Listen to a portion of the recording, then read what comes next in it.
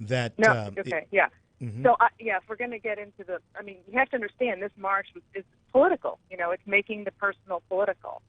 And the problem with it is that it divides women, and it divides women and men. It's saying that, in order for you to be a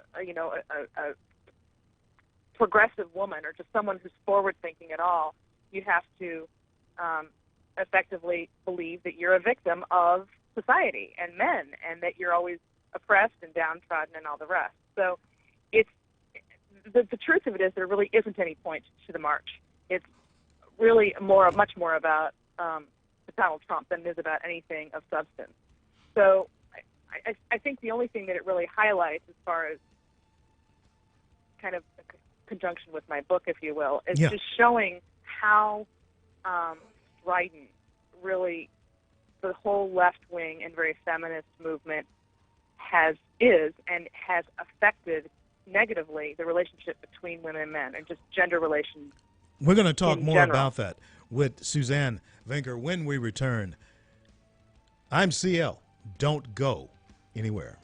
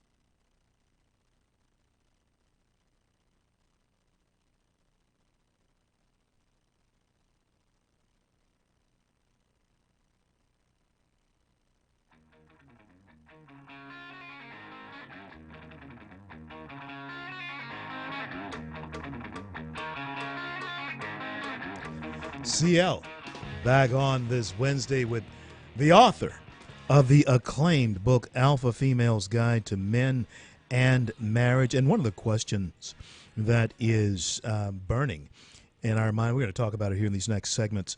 Can the alpha woman find love at last? But I want to, Suzanne, I want to yield now to the book. I want to yield to your work. First of all, where can we find this book? Where can we get a hold of it?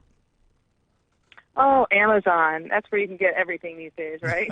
Absolutely. Although I have a website, which is just my name, Give that website. Suzanne Venker? Venker.com. Yep. SuzanneVenker.com. Listen, folks, go there and find this. Now, Suzanne, as I was saying, I was raised by an alpha mom. I have an alpha wife. We raised 3 alpha daughters. And it's amazing. My son grew up knowing how to handle alpha females, and he married one himself. But define for us, what is the definition of an alpha female? So in a broad sense, very general sense, an alpha female is essentially a leader. She's somebody who likes to be in control. She likes to manage things and take charge, and very a go-getter. Now, that's of course, those aren't bad things. It's just that they have their place, and they also have downsides to that. We all have, sometimes we look at our personality traits and the things that are good are also bad, depending on what the situation is. Yeah. So, for example, if you're a perfectionist, which most alphas are, that can be really good if you're building a business. Yeah. But if you're trying to perfect your husband and nitpick him to death and make him perfect, that's not going to fly. No. So that's an example of what I mean. Now, not all women are the same degree of alpha. My alpha won't be your wife's alpha or my own mother's alpha, for example, who never could turn it off. She was just always in that mode, which is what affected me very deeply. Yeah. And so, but then I would see people who could switch gears and just go from whatever they were doing during the day to being this really doting wife and very giving and very nurturing and softer and, just yielding more and not needing to rule the roost. And I always thought that's the way to be, that's perfect because that allows you to be, one way in one environment, but then understand that with love and with a man, that's a different set of skills, and if you can learn how to vacillate between the two, you've kind of got it made.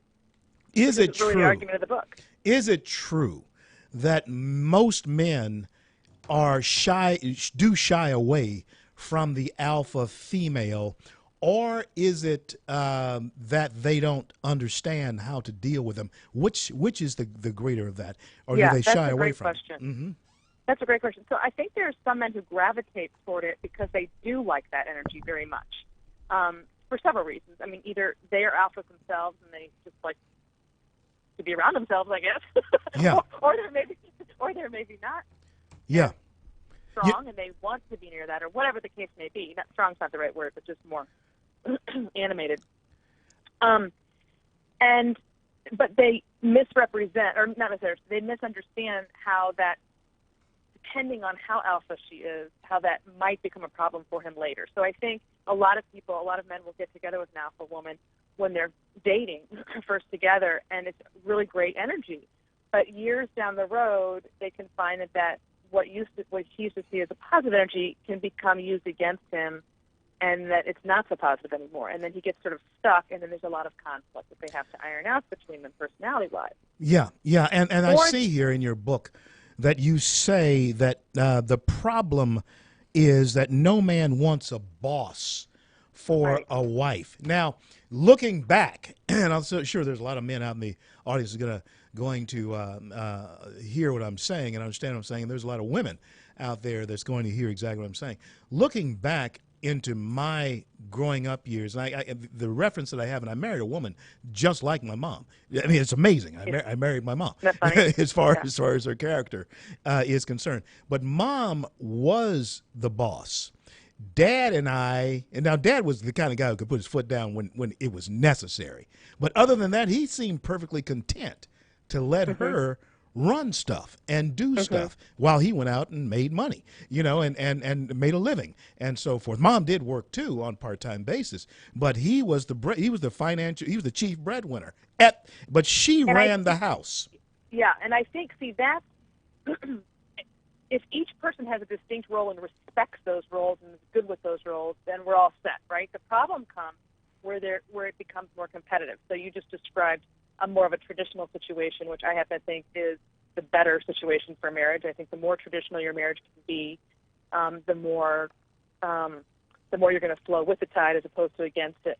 So if you switch that up, for example, and she was a breadwinner and he wasn't, or he worked less and made less, that does get problematic for a lot of perfectly sound reasons. And even though it may be countercultural to admit that, it's still what it is. You know, human nature doesn't change, and there's a reason why the traditional arrangement works best most of the time. This is not to say you're not going to find people who can make it work the other way, but for the most part, it just works better to flow with the tide. With the rise of the educated woman, and Yeah. with the rise of us living longer as human beings, the scenario that you have just described, and that is the woman who is becoming more of a breadwinner. There are many Right. women that I know who will probably make more, who are friends of mine, and James, my wife, who will probably make more money than most men dream of making, and they won't have that opportunity. Is that woman traditionally, has she, I know she's traditionally been a threat, but will that become more of a threat to the average male? I'll just use that word as we go down the road. Mm-hmm. Yes, I think that is exactly where we are in our culture right now. We're looking at what are we going to do about the fact that women are rising really beyond men. There are more women on campus, college campuses, than men. Women are making great strides in the marketplace. All good, all fine, except when it drowns out or doesn't allow room for men to be as successful. And so when you have that situation, we're going to have far fewer happy marriages, far fewer marriages in general, because the research shows that women still want a man who either makes as much or makes more than she does and is as educated, if not more, than she is. And the more up she goes on the ladder, the more she wants it at her level or up. Right. And so that's a problem, because men aren't at the same place. So with today, with the average of what the trends are. And so we have to figure out how are we going to deal with this, situation in the coming years. I think it's going to become bigger and bigger as time goes on. Suzanne Venker, I got to leave it there. But listen, I want all of you to grab this book on Amazon, Alpha Female's Guide to Men and Marriage. Thank you so much for being on. Got to have you back real soon. Thank you. I'm CL. Be right back.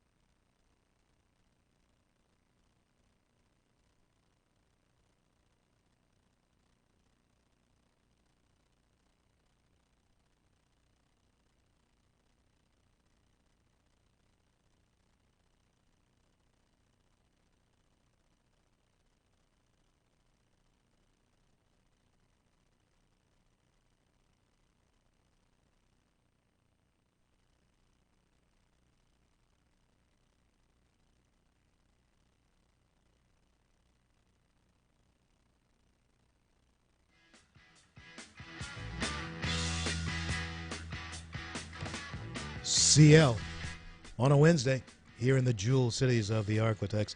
Coming up, Nancy Schultz, grassroots activist extraordinaire.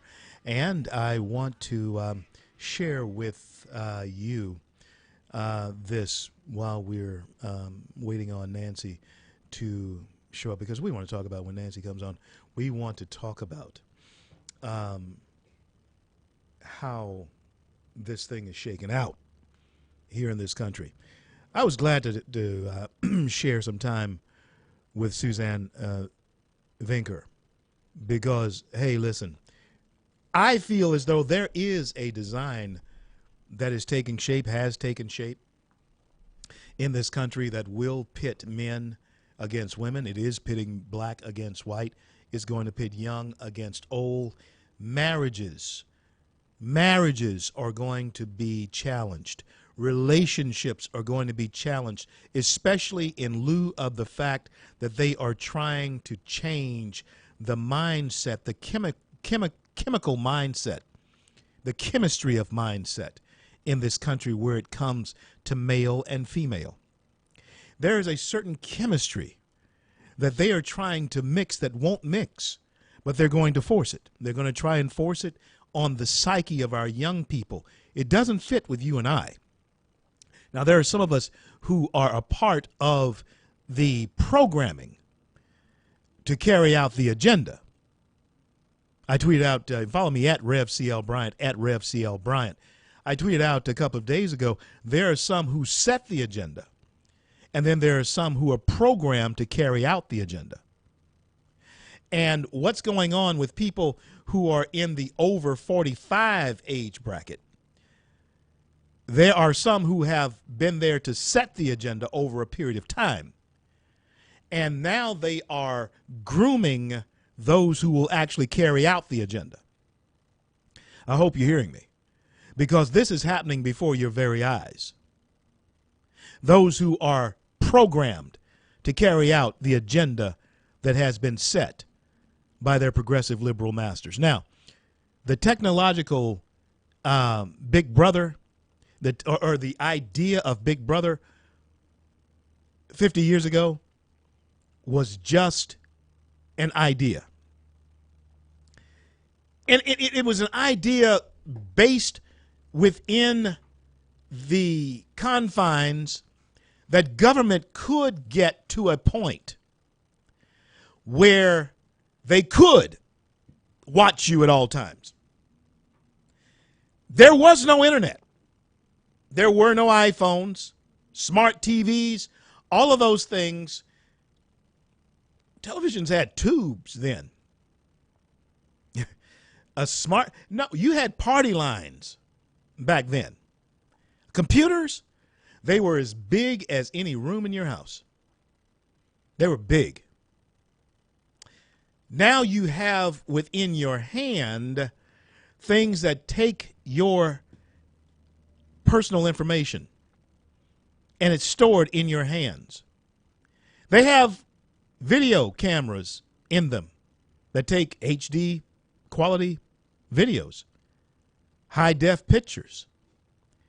It can tell you anywhere that you are, wherever you are. It can tell you where you are, and it can take you. This device that you hold in your hand that everyone seemingly is addicted to. I know this. I've told you this before. I'd raised both my hands. I admit it. I left my home. I had come out of the woods in Grand Cane, Louisiana. I left my home. I was 10 miles away from my home.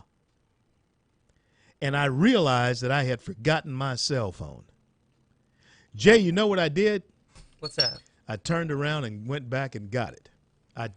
When I realized I had left my cell phone, I went back and got it. That's how addicted we are to these devices. And now we're finding out that the device that can take you anywhere, mine is called Siri. I can ask Siri anything.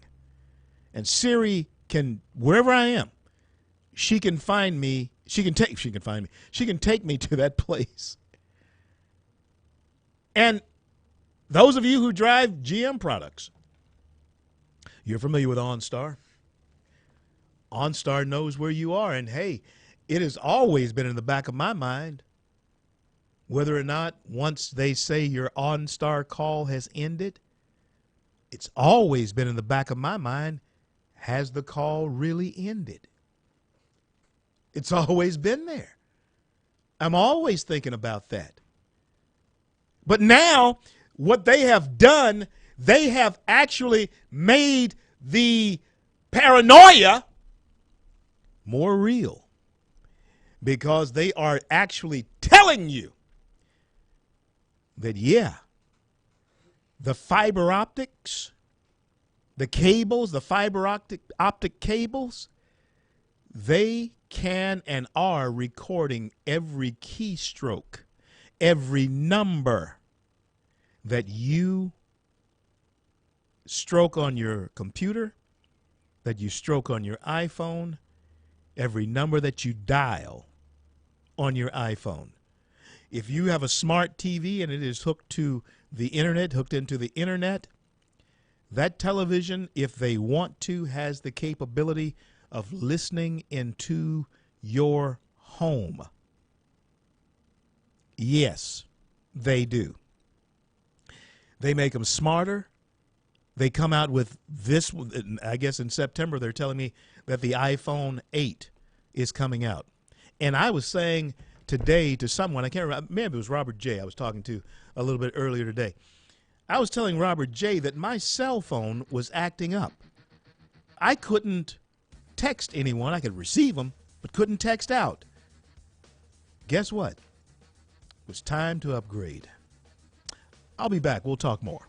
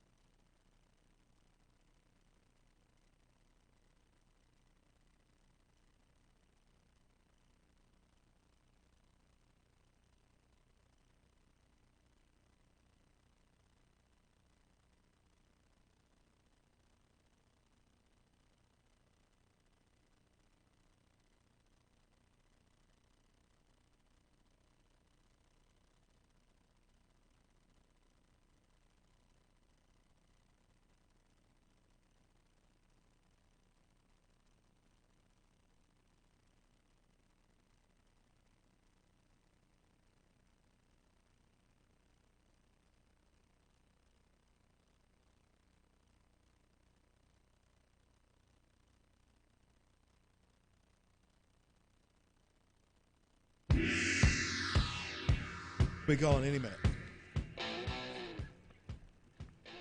CL, back on this Wednesday here in the jewel cities of the Arklatex, Shreveport, and Bossier City. Streaming nationwide throughout the fruited plains of the greatest nation on the face of the earth, the greatest success story the world has ever known. Yes, the fiber optics.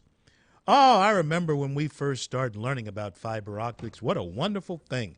They were going to be able to carry our calls and our conversations at the speed of light, I guess it was at that time.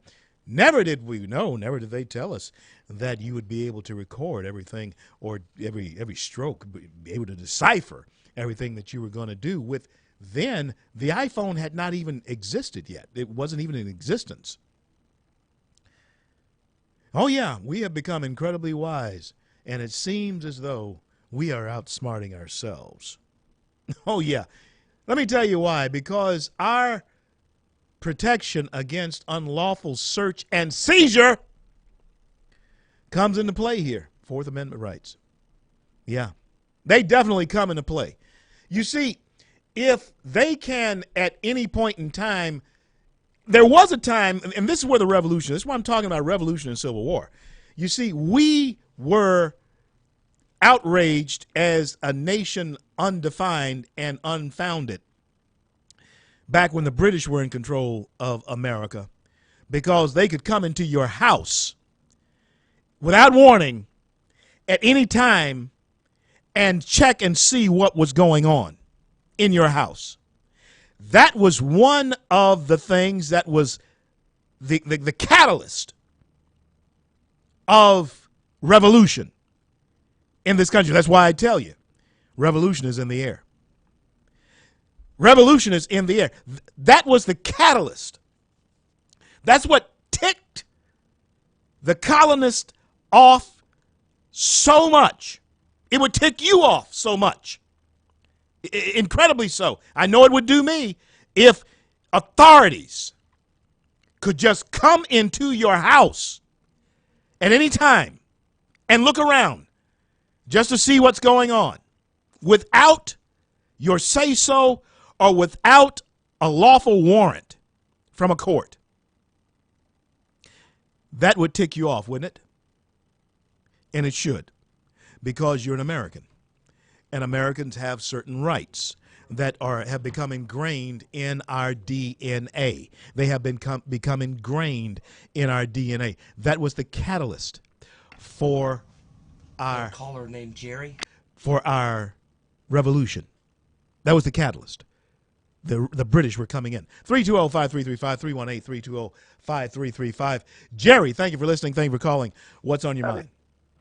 Well, tell you the truth, I'm looking at this past presidential campaign and election. I think that we have been, I think we've been a bit confused because the propagandists, and especially ever since Hitler's Nazi Germany and Goebbels, the propaganda minister, they've learned that they have to win a lot of people that don't pay attention or they just focus on one thing, and that would be your mainstream medias. And when we have a mainstream media outlet that is pushing an agenda instead of doing what we've created that freedom of them for in the Constitution, and instead they push an agenda rather than give us, vet both the candidates evenly and give us the facts and let us decide. Let us be informed at the polls. Excellent point. Excellent point, Jerry, because, the media has taken on a role that they were never intended to take. And I began to see this happen more and more back in the days of Dan Rather. Dan Rather began to take on the role of telling you what you just saw with your own eyes. You would see it, and then Dan would tell you what you saw. You would hear it, and then Dan Rather would tell you what you just heard. And he had the subtitle of propaganda minister, eh? Exactly. Thank you so much for your call, Jerry. Thank you for listening. Thank you. Yeah, he's right. There has been a certain ministry, as Jerry put it, There has been a certain ministry of pop propaganda that has been evolving over a period of time. And now we've gotten to a point where if the media like CNN, and you heard Andrew Sarabian, special assistant to the president, who was on with me just a little bit earlier. You heard Andrew Sarabian saying that even those who are listening to CNN are wondering where all of this is going. And I have not seen a larger propaganda machine than CNN.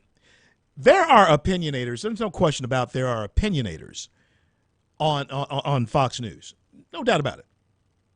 There's opinionators right here on this channel, Town Square. I'm one of them. That's my job. You hear Sean come on before me. Sean Hannity comes on before me, and Rush comes on before him, and my good friend comes on before them as far as that is concerned. Moon Griffon. Moon, I didn't do that on purpose. I didn't. But Moon comes on before Rush, then Sean, then me. All of us are opinionators. I am more of a bridge builder than maybe the other three are. That's probably what separates me from what they do, because I'm willing to talk to anyone weighing both sides of that. I'm truly fair and balanced here, if you've noticed. May not have that reputation, but I am. But propaganda is not my stick. It really isn't. What? The Constitution is not propaganda. America is not propaganda. It's the place where we live. It is the place that I believe has been given to us by our Creator as far as the gifts that we have in the constitutional form of government as citizens of America. It's not propaganda to talk about what is due to the citizen that is given to him by his Creator. That's not propaganda. That, my friends, as the founders believed, was fact. I'll be right back. Do you remember back in 1966? Country Jesus, hillbilly blues, that's where I learned my lick. Up from coast to coast and line to line to every county there. I'm talking about that outlaw.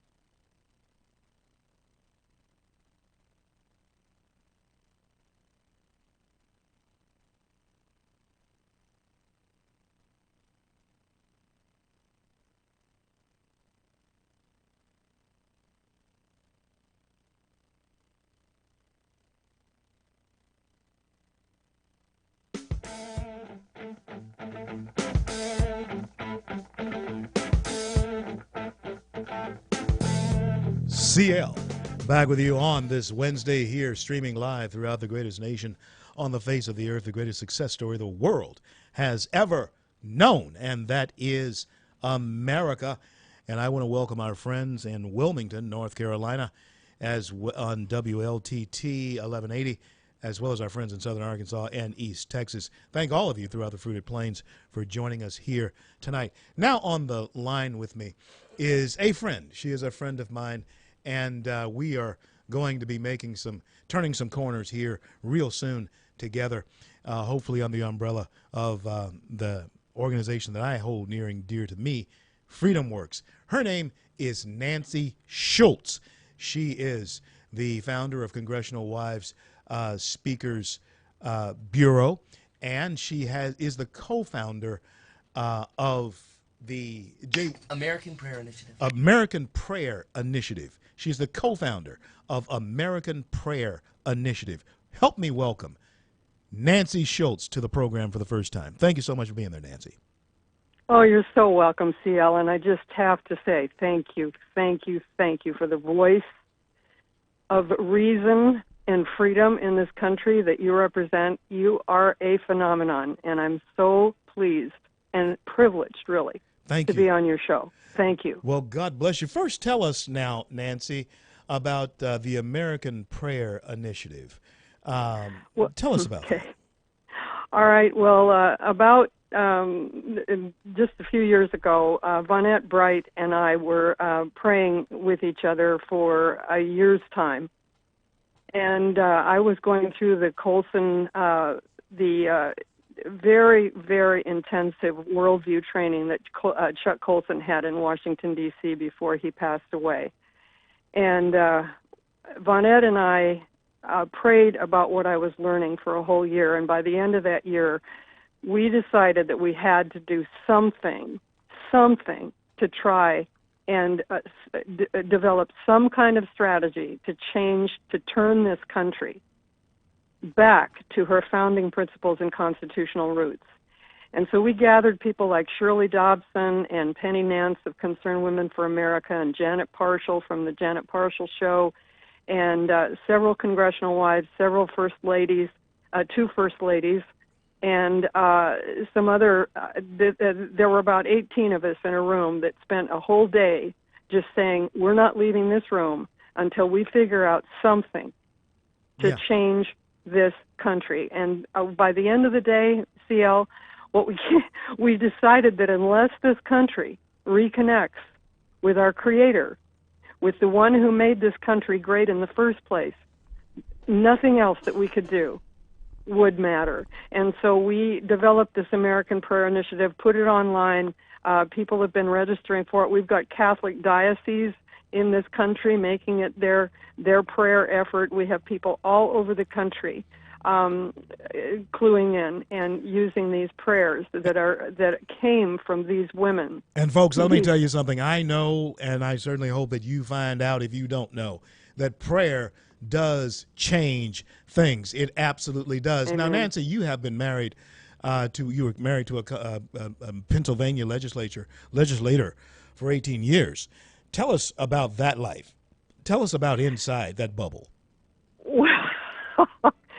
Well, 25 years ago, I married a gentleman who was in his 9th term in the United States Congress. We were actually married in the chapel right outside the rotunda of the United States Capitol. And all I can say is that there are men and women in this country who are giving everything they have to this country. They're sacrificing the home life, the community life, the good life, to go to Washington and do everything that they possibly can to uphold and advance the founding principles and the constitutional roots of this country. You have just described, Nancy, a statesman. You have described someone who is sacrificing self, family, and, as you said, the good life. And that good life, folks, don't misunderstand. We're talking about that.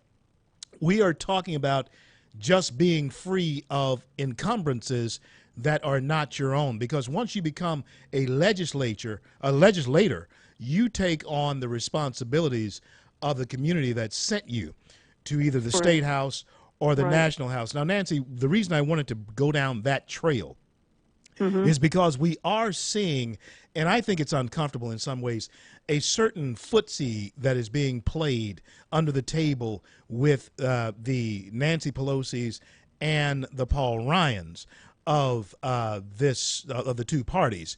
And I think it's by design. There's my word. I think it's by design. I want your take on what you're seeing transpiring as far as this Obamacare package is concerned. Well, I'm no expert on healthcare, although I do serve on the board of an organization called Physicians for Reform, who have been working for 25 years, CL. 25 years they've been working on trying to develop a free market-based solution to healthcare in this country. There is nothing in the Constitution of the United States, anywhere in that Constitution, that says it's appropriate for the federal government to be in the healthcare business at all. There's no, and what's going on right now is that we've got, first of all, an education system that has not educated even members of Congress into the founding principles of this country. And we have members of Congress that believe that it's totally appropriate for the federal government to take over 1/5 of the economy here. Wow. And that's what we're pulling back from. This ship of state is trying to turn around.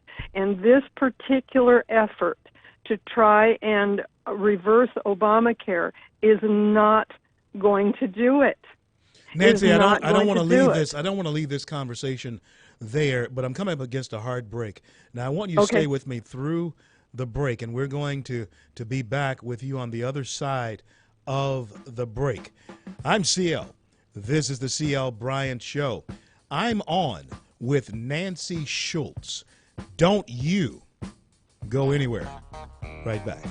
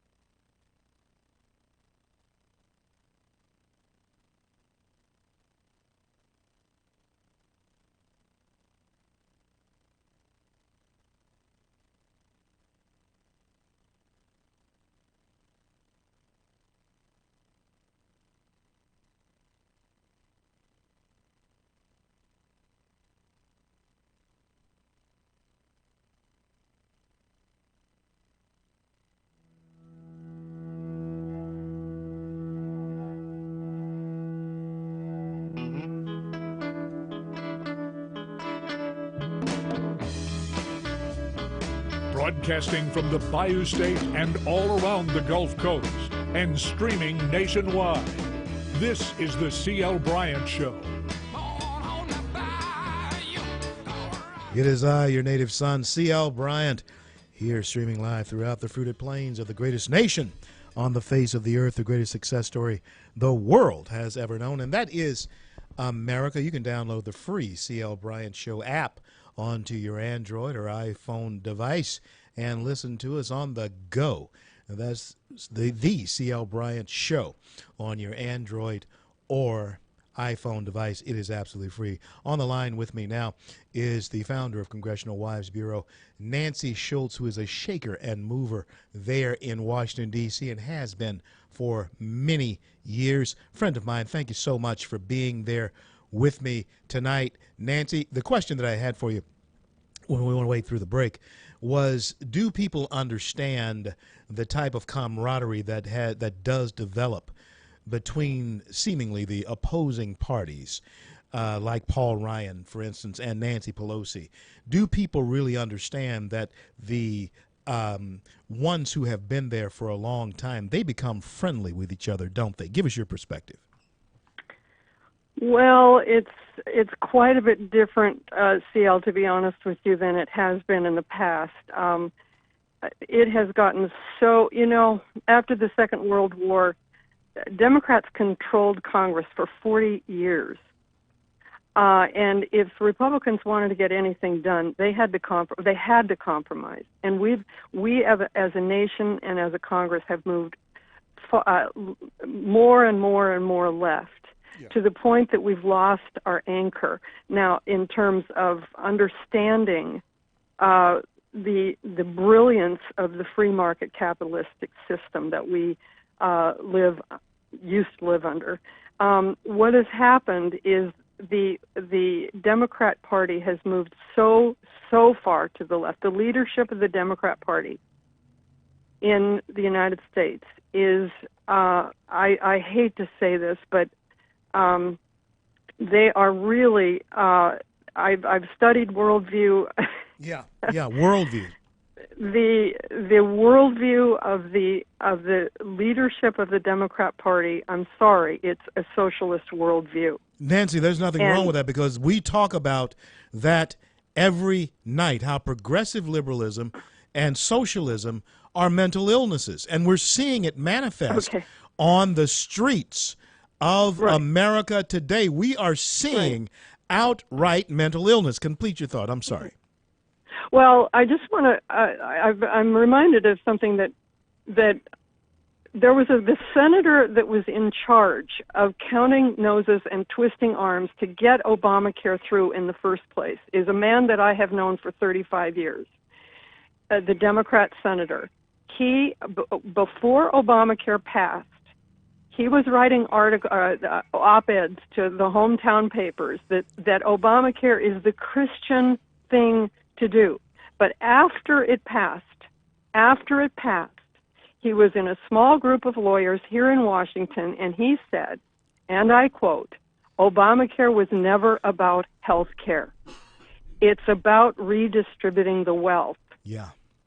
That is the bottom line here. And to just back up a little bit on what Obamacare was designed for the federal government to take over 1/5 of the economy. There, you're a preacher, CL. Yes. You're a preacher. Oh, yeah. Jesus didn't say, give your money to Caesar, or Uncle Sam in our case, and let Caesar take care of the problems of the sick and the poor. Right. He said, what did he say? He said, you, Mr. Samaritan, you cross the street and help your neighbor in need. And giving health care to the bureaucrats, giving control of our health care to bureaucrats in Washington, D.C. is not the way to go. You said something very interesting, Nancy. You said something that I don't want our audience to miss, and that is Obamacare was never about health care. Obamacare was about redistributing the redistribution of wealth. And that is out of the horse's mouth. That is the senator in the United States Senate whose job it was to get all the senators in line to vote for this thing.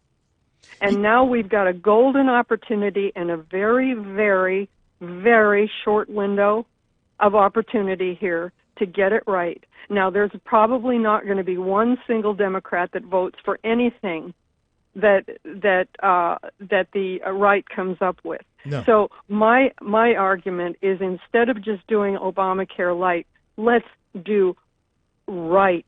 Let's do the right thing. Let's turn health care back to the people of this country. Yeah. Give us control over our own health care. And yes, we need to, there's no question, we need to be able to purchase health care, health insurance across state lines. There's many, many things that can be done to get rid of restrictions for health care to be all that it can be again in this country. Nancy Schultz, I got to leave it there. I want to thank you so much for being on with me. We're going to have you back real soon. God bless you, and God keep you. See you soon.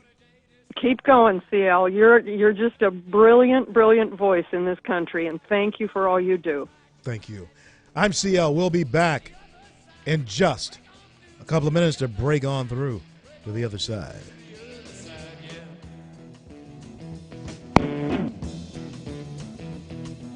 We chased our pleasures here.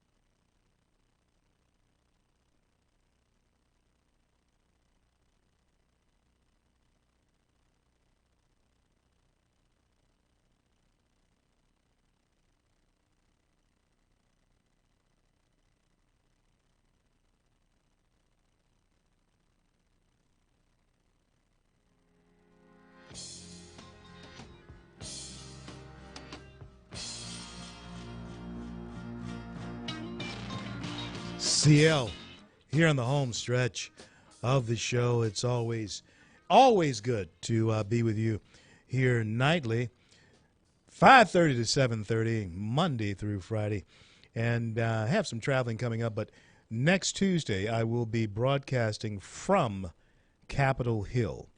I'll be broadcasting from Capitol Hill. I'll have coming through Radio Row to me, Ted Cruz, Rand Paul, Mike Lee, and others who will be there on the Hill with us. But now I need to take this call because, as you know, the progressive liberals always listen very closely to the show. They parse and they examine every word that's said on this show. And that's a good thing. That's a good thing because there is one that you're familiar with by now, and he calls in and usually makes a spectacle of himself in one way or another. And we're gonna allow him that opportunity again here tonight, and that is Socialist Stephen. Stephen, you know, I don't know what I would do without you, especially in my hour of need. And thank you for listening. Thank you for calling. What's on your mind, friend? I love you like a brother. And yeah. Look, you got more guts than Hannity or Rush because they're not taking dissent at all on the show. You are the man. Thank you. I was sitting here listening, just listening and learning, but I cannot let y'all misquote our Lord Jesus Christ. Now, how do we do that, Your Eminency? Look, he said, render unto Caesar what is Caesar. Yep. And what picture was on that coin? It was the picture of Caesar. That's right. And so what he's trying to tell you, God did not create money. But wait a minute. Whoa. That You see, let me tell you something now. Man The worst thing that you can do to me is quote half of a scripture. Yeah, you quoted half of a scripture. Well, bring on you render unto Caesar the things that are Caesar, but on the other hand of that, you must render unto God the things that are God. Now, you know the founding documents of our nation, and that is the Declaration of Independence. Is the founding document of our nation. But Stephen, let me make this point. I'm going to let you have your say. But when we're talking about founding this nation, before we even had our own currency, Thomas Jefferson said that we are endowed by the same one who said, render unto God the things that are God. Every American, he said, belongs to that creator. And the money that comes forth from that is something that we must decide on what we're going to give to Caesar. You quoted something that was in a totally different time, in a totally different venue, my friend. Don't try that with me. Well, you know what he meant. He said money was the root of all evil. I mean, come on. No, money is not the root of all evil. God is not evil. No, okay? the love of no, Stephen. See, the love of money. You're the right. love of money You're right. is the root of all evil. Don't misquote the scripture now. And we love money. We love money. Well, no, we need money. We love money to get the things that we think we love. But that's only like it. You can't love something that can't love you back. And most of the things that money buys is friends. Here's what you should have asked. Is things. I still want this question answered. Yeah. Just tell me where there is a healthcare system in this world that is successfully run 100% by the free market. I don't. You know what? You know what? It could be here in America, but I don't. Right now, man, I'm going to tell you something. I am very skeptical of what is going to happen in the next few days. I just from my lips to your ears. I am very skeptical of what's going to happen. I have a feeling that we're going to have a split, a floor fight over this like we haven't seen in a long time. Unless we can work it out. I believe we can work this thing out. 50% of our healthcare system right now is run by the free market. And that's the part of it that's got a problem. Well, we'll see. We'll see how it shakes out. Right now, Stephen, I am taking this approach. I know what they promised us. I just simply want them to give us what they promised us. I know Obamacare was not good. I know you disagree with that. But Obamacare was not a good thing. Ask the doctors if they like Medicaid expansion. Go get a doctor. The doctors don't like that. They do not. Bring some doctors on your show and ask them. They don't like it. I'll have Dr. Claire Gray. Be sure to listen tomorrow. I'll I have will. Dr. Claire Gray You ask on him tomorrow. if he No, they likes it or don't. not. No, they don't. And that's the problem that we're talking about right now. Brother. The Republicans are talking about Medicaid expansion. That Brother. is something that we can't tolerate as conservatives. What about the parts of Obamacare that it's supposed to take the fee for service, where doctors are paid by procedure, and start paying them bundled for services? Stephen, all I can tell you Okay. is that the government is standing in the way in between the physician and the patient. Greed is standing in the way. Well, greed Okay. greed enters into the picture either way when money is mentioned. Listen, man, I gotta run. All right. But thank you Talk so to you much later. for calling. Bye-bye. I'm CL. This is the CL Bryant Show. And yes, folks, let me tell you something. This is an issue that you're going to find yourself talking at the water cooler about as we go on, along with the television, the smart TV, your iPhone. Mine's listening to me. Mine's listening to me now, I think. It does strange stuff. And you know what? You just chalk it up to, oh, it's mechanical when it does weird stuff. But now they have introduced to Americans a new level of paranoia that only Jesus can cure. I'm telling you, it's true.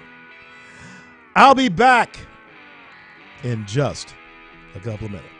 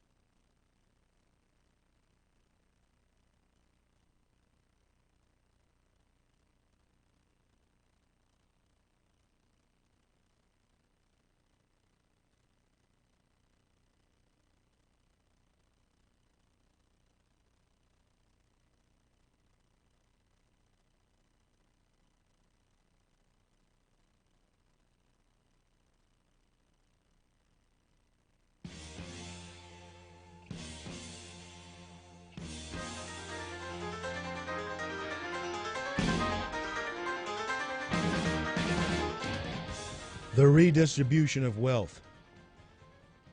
Technology going crazy. Big Brother is watching you. And my question with all of this, folks, and I'll leave you with this tonight. I want you to think about this tonight. Why aren't we more outraged? Why aren't we more up in arms than we are about what's going on? Before our last guest came on, before our last guest came on, Nancy Schultz, I was saying to you that one of the things that started the Revolutionary War that gave our country, our nation, birth was the fact that the British could come into your home unabated for any reason, without a warrant. America brought an end, the founding of America brought an end to that. And that is being breached again